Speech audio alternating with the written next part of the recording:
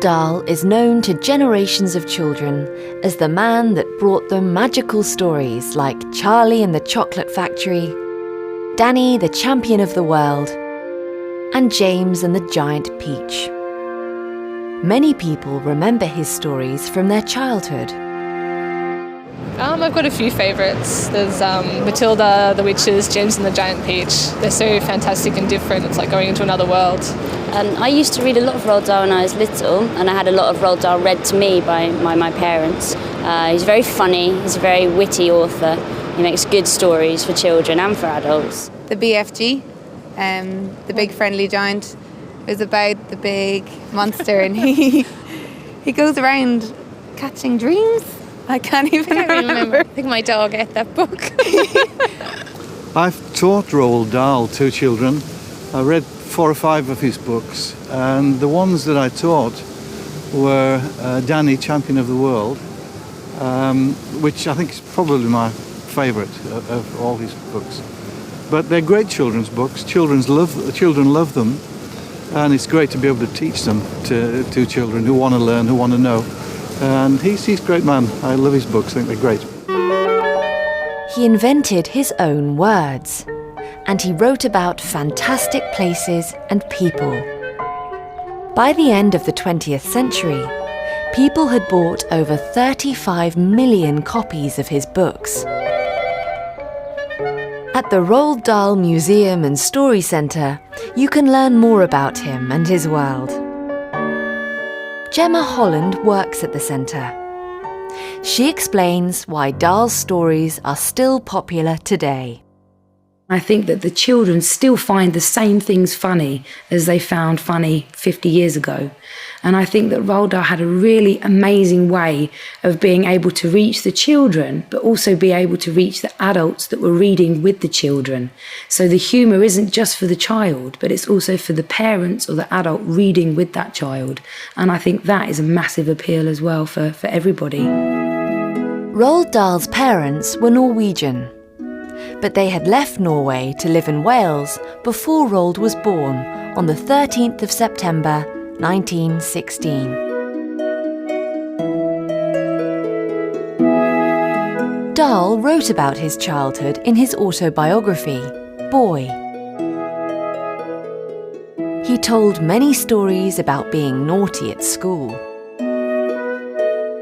When he was only 9 years old, Roald's mother sent him to boarding school a long way from home. He was terribly homesick, and he wrote her letters nearly every day. Although he was lonely and unhappy, his letters were always cheerful and full of stories. And school wasn't all bad. A chocolate company sometimes sent new sweets for students to test. This gave Roald a lifelong love of chocolate and became the inspiration for Charlie and the Chocolate Factory. Roald Dahl absolutely loved chocolate, and whenever he ate them, instead of just throwing the wrappers away, he actually kept them, and he would scrunch them all together to make a silver ball, and he actually kept that ball as a little souvenir on his desk next to him when he wrote.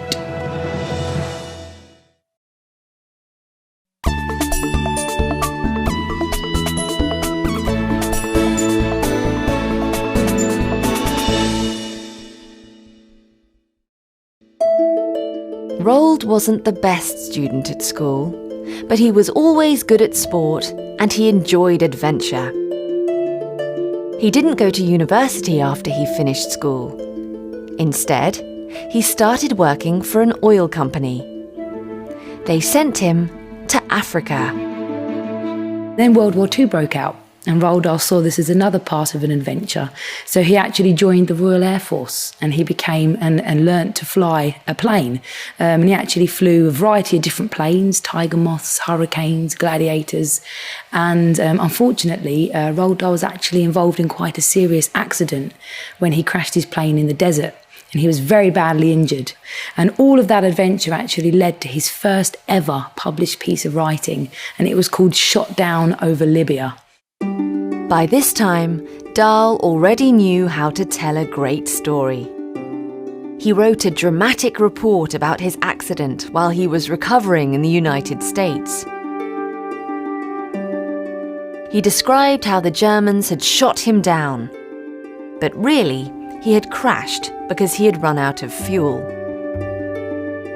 Dahl had moved to the United States in 1942. He was working as a TV presenter when he met his wife, Patricia Neal. She was a film star. They married in 1953 and moved back to England. The couple lived in the small town of Great Missenden, and they had 5 children. By the 1960s, he had become a very successful short story writer. At this time, most of his stories were for adults. Then the first story that he wrote for children was called The Gremlins, and it was all about little creatures that got inside the engines of planes and caused them to crash and break down. And it was after that story and after the success of that story that he started writing stories for children, including those famous ones such as James and the Giant Peach, and then obviously Charlie and the Chocolate Factory.